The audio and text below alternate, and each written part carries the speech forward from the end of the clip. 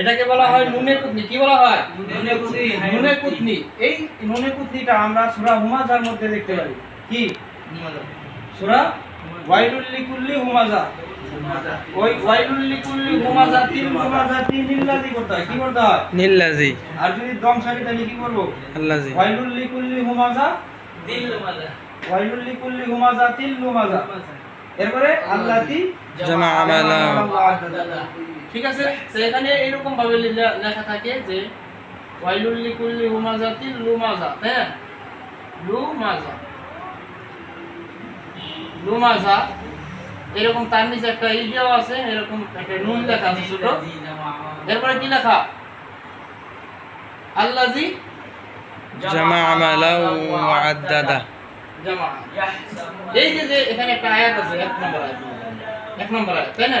জি।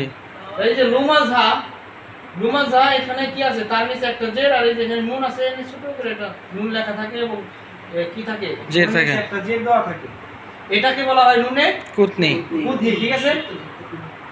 এই নুনে কুতনিটা কখন ব্যবহার করতে হবে এবং কখন ব্যবহার করতে হবে না, এই জিনিসটা আমরা শিখব। তো এখানে যদি আমরা অক্ষ করি তাহলে লুমাযা করে অক্ষ করি, এরপরে আল্লাযী করি, তাই না? জি। আল্লাযী। আর যদি অক্ষ না করি, মিলিয়ে করি, ঠিক আছে? এখানে লামার আছে, মিলিয়ে বললে হবে লুমাযাতিনিল্লাযী জামা আমালাও ওয়া আদ্দাদা। ঠিক আছে। এই নুনে কুতনিটা আসলে কি কারণে আসে, এই কারণটা আমরা জানবো। এই নুনে কুতনিটা আসে হলো পড়তে হয় তখনই যখন তানবিনের পরে হামজায়ে ওয়াসলি আসবে। কি আসবে? হামজায়ে ওয়াসলিয়া। হামজা দুই ধরনের, একটা হলো হামজায়ে কেতি আর একটা হামজায়ে ওয়াসলি। হামজায়ে ওয়াসলি বলা হয় থাকে এসএম এর শুরুতে, যে কোনো এসএম এর শুরুতে, মনে করেন আলহামদুলিল্লাহ, আমরা দেখি আলহামদুলিল্লাহ। এই যে আলহামদুলিল্লাহর উপরে কি কোনো জবর জের পেশ আছে কোরআন শরীফে? দেখছেন কি কখনো? আছে কি? জি না।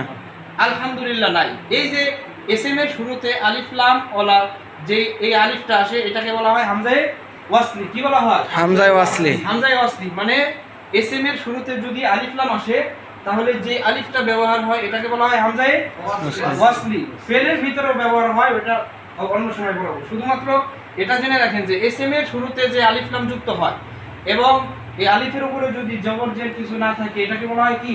হামজায়ে ওয়াসলি। হামজায়ে ওয়াসলি। আর এই হামজায়ে ওয়াসলির আগে যদি তানবিন হয়, কি হয়? তানবিন হয়। তানবিন হয়, তাহলে নুনে কুতনি এনে পড়তে হয়। কি করতে হয়? নুনে কুতনি এনে পড়তে হয়। নুনে কুতনি এনে পড়তে হয়। এসএম এর শুরুতে না, এই শব্দের শুরুতে। এসএম এর শুরুতে। এসএম মানে ওই যে হামদু, এই যে হামদু শব্দটা হলো এসএম, বুঝছেন? মানে এটা এসএম, এই শব্দের শুরুতে বলতে পারে। তো এই শব্দের শুরুতে যদি কি আসে, শব্দ বলতে এসএম এর শুরুতে। শব্দ তো ফেলও হইতে পারে, শব্দ তো হরফও হইতে পারে, বুঝছেন? এসএম এর শুরুতে। বুঝে আসছে? এই কারণে বলতে হবে এসএম এর শুরুতে। তো আপনি শব্দের শুরুতে বললেও হবে, এখন আপনি তো ওইটা জানা থাকতে হবে।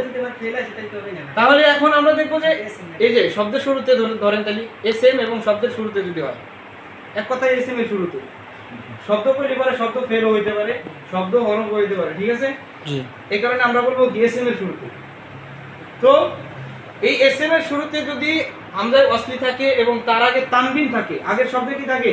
তানবিন থাকে। তানবিন থাকে, তাহলে সেই তানবিনকে পড়া কষ্ট শব্দ হয়ে যায়। এই কারণে নুনে কুতনি ব্যবহার করতে হয়। কি করতে হয়? নুনে কুতনি। নুনে কুতনি ব্যবহার করতে হয়। আর একটা জের দিয়ে পড়তে হয়। আর জবর থাকলে একটা জবর, জের পেশ থাকলে একটা পেশ দিয়ে পড়তে হয়। যেমন দেখেন, আমরা এখানে দেখালাম, এখানে মূলত ছিল এইরকম, এই নুনে কুতনিটা ছিল না, কিন্তু মিলিয়ে পড়ার স্বার্থে এই যে একটা জের ফালাই দিয়ে এখানে ছোট্ট করে একটা নুনে কুতনি দিয়ে নিচে জের দিছে, বুঝছেন? জি। এভাবে যদি না থাকে, নুনে কুতনি ব্যবহার না করতে, লুমাযাতিল্লাযী পড়তে খুব কষ্ট। আর নিয়ম হলো যে যদি এমন তানবিন আসে, তানবিনের পরে কি আসে? হামজায়ে ওয়াসলি আছে, মানে আলিফ লাম যুক্ত থাকে শব্দের শেষে, শুরুতে, তাহলে কি হবে? কি হবে?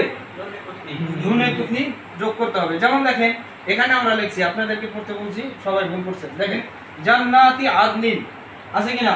জি। নুনের নিচে কি আছে? তানবিন আছে। তানবিনের পরে কি আসছে? হামজায়ে ওয়াসলি। ওয়াসলি। হামজায়ে ওয়াসলি না? জি। এই যে দেখছেন আলিফ লাম, জি জি। হামজায়ে ওয়াসলি। এই কারণে আমরা এখানে কি করব? এখানে আদনিন লাতি না করে এখানে করব জান্নাতি আদনিনিল্লাতি আদনি নিল্লাতি, এখানে ছোট্ট একটা নুনে কুতনি ব্যবহার করব। হায় হায়। সব ক্ষেত্রে যত জায়গায় এরকম আসবে যে হামজায় ওয়াসলি আসবে তার আগে কি মানে আলিফ লাম যুক্ত থাকবে ইসমের সাথে এবং তার পূর্বে তানবিন থাকলেই তারপরে কি থাকবে তানবিন থাকবে, তাহলে তখন আমরা নুন- এই যে তানবিনের নুনে- পরে কি আসলো হামজায় ওয়াসলি, ওয়াসলি। এই কারণে নুনে কুতনি ব্যবহার করব যত জায়গায় আসবে এরকম। জি জি জি। তাহলে জান্নাতি আদনিনিল্লাতি, ঠিক আছে, এই দেখেন জান্নাতি আদনি নিল্লাতি। জান্নাতি আদনিনিল্লাতি ওয়াতু, ঠিক আছে।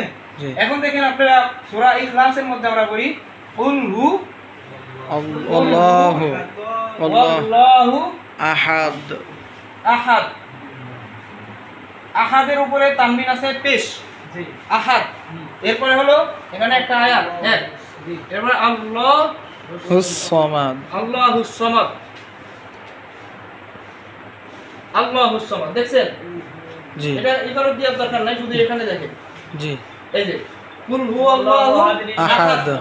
এখন এখানে তো আমরা ওয়াকফ করি বিধায় এখানে পড়ি কি কুল হুয়াল্লাহু আহাদ আল্লাহুস সামাদ, তাই না? জি। কিন্তু যদি ওয়াকফ না করি মিলিয়ে পড়ি তাহলে আমাদের নুনে কুতনি আনতে হবে। কি আনতে হবে? নুনে কুতনি আনতে হবে। তাহলে কি করব? আল্লাহ শব্দের ডাইনে আলিফের উপর আহাদুল্লাহ হ্যাঁ, এটা জবর আছে। কোনখানে জবর আছে? আল্লাহ শব্দের- ওইটা জবর হলো আপনি এখানে ওয়াকফ চিহ্ন দেওয়ার কারণে, আসলে মূলত এখানে জবর নাই, বুঝছেন?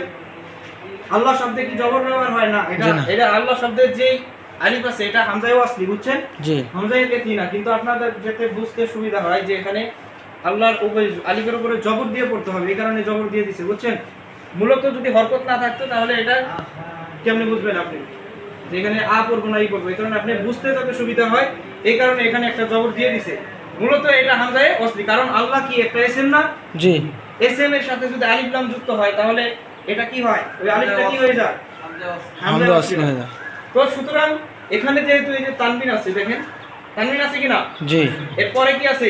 হামজায় ওয়াসলি। ওয়াসলি আছে, এই কারণে আমরা যদি মিলিয়ে পড়ি তাহলে এখানে কি করতে হবে? একটা পেশ ফালাই দিতে হবে, এরপরে নুনে কুতনি ব্যবহার করতে হবে। এই কারণে দেখবেন অনেকে পরে এভাবে কুল হুয়াল্লাহু আহাদুনিল্লাহুস সামাদ। সামাদ। যখন নুনে কুতনি ব্যবহার করবেন তখন লাম কি পুর হবে না বারিক হবে? বারিক হবে, বুঝছেন? জি। আহাদুনিল্লাহ। হুস সামাদ। আর যদি নুনে কুতনি ব্যবহার না করেন তাহলে আল্লাহ কি হবে? পুর হবে। আল্লাহুস সামাদ, ঠিক আছে। নুনে কুতনি বিষয়টা বুঝছেন? জি। যখন হামজায়ে ওয়াসলির আগে কি থাকবে? নুনে, কুতনি। অর্থাৎ এসএম এর সাথে আলিফ লাম যুক্ত থাকবে এবং ওই আলিফটা কি হবে? হামজায়ে ওয়াসলি হবে। আর তার পূর্বে কি থাকবে? তানবিন থাকলেই আমরা কি করব? নুনে কুতনি দিয়ে পড়ব, বুঝছেন? জি। বুঝে আসছে? তাহলে এটা কিভাবে? কুল হুয়াল্লাহু আহাদুনিল্লাহুস সামাদ। সামাদ। দুনিল্লাহ হুসসাম। আহাদুনিল্লাহুস সামাদ। হুসসাম। কোনো টান হবে না কিন্তু, তাড়াতাড়ি বলতে হবে। মিলে বলি বলে তাহলে মিলে বলে। আর যদি আপনি অক্ষ করেন তাহলে আর এখানে নুনে কুতনি ব্যবহার করা লাগবে না, ঠিক আছে? তাহলে আহাদ আল্লাহুস সামাদ, বুঝে আসছে? এখন দেখবেন অনেক কারি সাহেব বা হাফেজ সাহেবরা করেন আহাদুনিল্লাহুস সামাদ। আপনারা ওখানে এখন বুঝতে পারছেন কেন করে? কারণ এখানে নুনে কুতনি, ওই যে তানবিনের পরে কি আসছে? হামজায়ে ওস্তাদ। ওয়াসলি।